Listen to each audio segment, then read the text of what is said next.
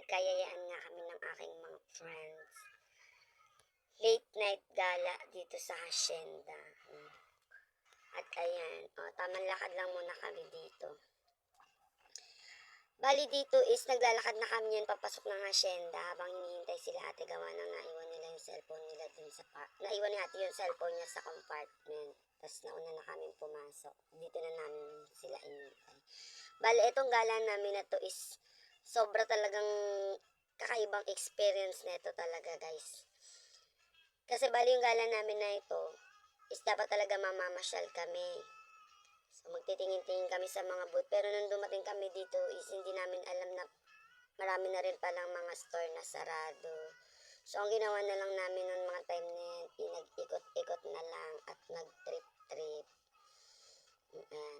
Pababa na nga kami nung time na yan kasi wala pa sila ate niyan. Nasa parking pa yata sila. Ayan na si madam o nag-trip na. O itong dalawa nag-trip, umakyat baba na. O dinamay pa yung bata. Eto guys, sa totoo lang, pagbaba namin dito, nag-picture-picture lang kami nung mga oras na yan. Itong mga trip na to kasi medyo madalang na nangyari sa amin to. Simula nung nagbiyahe na sila madam at saka yung family niya, yung partner niya nang pa-US until nag-pandemic. So, hindi sila talaga nakauwi. 6 years yun halos. Nawala kaming gantong banding. Sa mga nakakilala sa amin dito sa lugar namin, alam nila kung gaano kami kadalas mag-banding. Kahit na simpleng salo-salo lang sa harap ng bahay. Pero simula nung nag-transfer yan sila budang papunta ng US, medyo nadalang na yon kasi nag-busy na kami sa kanya-kanya naming mga buhay. Palakad-lakad na lang kami dito. Madami na palang saradong store. Kala namin mga alas 10 pa talaga nagsasarado yung mga store dito. Kaya nagplan kami na pumunta ng alas 6. Pero bali nakaalis kami neto 7 p.m. na. Nagbiyahe pa kami. Tapos pagdating namin, ayan nga. Marami mga nakasarado na din na mga food store. Kaya ayan, nagpicture-picture na lang sila dyan. Tapos after nila mag-picture-picture dyan, nagtingin sila ng mga clothes dun sa bukas pa ng mga store. Ato guys, sa totoo lang, after neto pagkagaling talaga namin dito, nagplano na kaming humanap ng mga makakainan. So, nagtambay muna kami sa labas ng, bali sa front nito, yan, nag-search kami kung saan kami kakain. Hanggang sa meron kaming nahanap na parang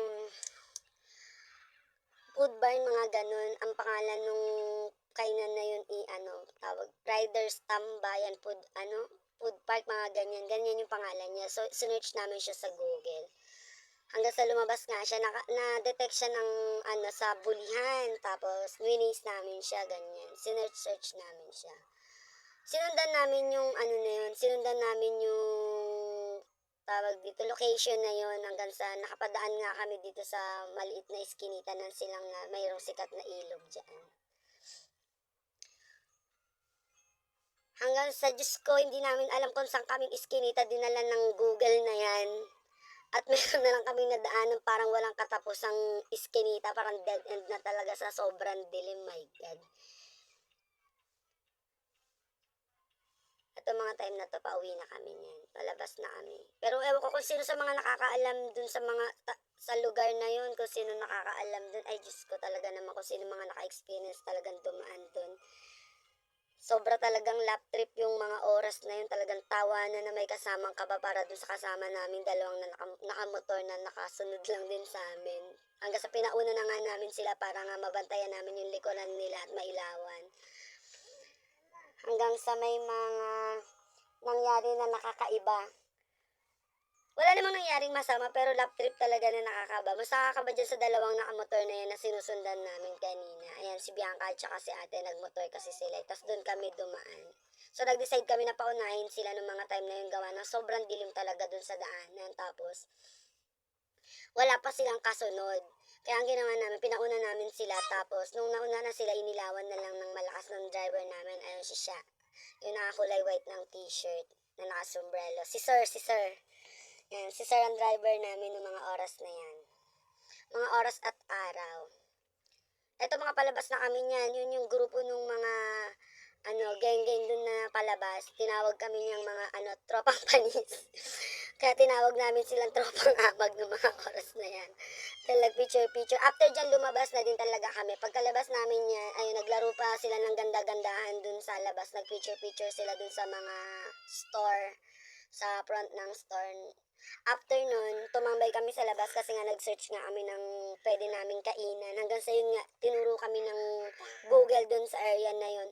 Pero pagpunta naman namin dun, Diyos ko, parang na tindahan na siya ng isda at saka barber shop, ganun. Kaya naghanap na uli kami. Pinilan namin na mang-inasal na lang ng mga oras na yun. Tapos, nung nandoon na kami, nagbago na naman yung isip. So, nag-decide kami na magdadasman na lang nga kami. Doon na lang kami maghahanap ng mga foods na pwede namin kainin. Until makalampas kami ng Unitap, may nakita sila ate at saka si Bianca nung pwede namin kainin na may mga anli-anli. Goods din naman, kaso nga lang hindi talaga nasulit kasi parang nalipasan na ng gutom gawa nung ayun yung tense ng biyahe. At saka sobrang mas matagal talaga yung binyahe namin nung mga oras na yun na kesa sa ginala namin.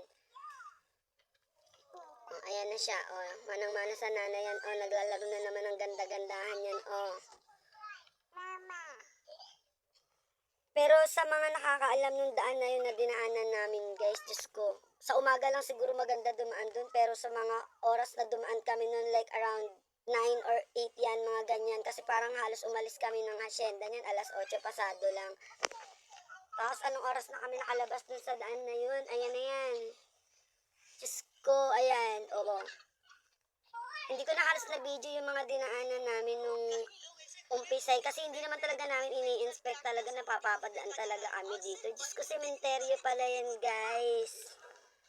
Alang niya yung tawa namin ng mga oras na yan.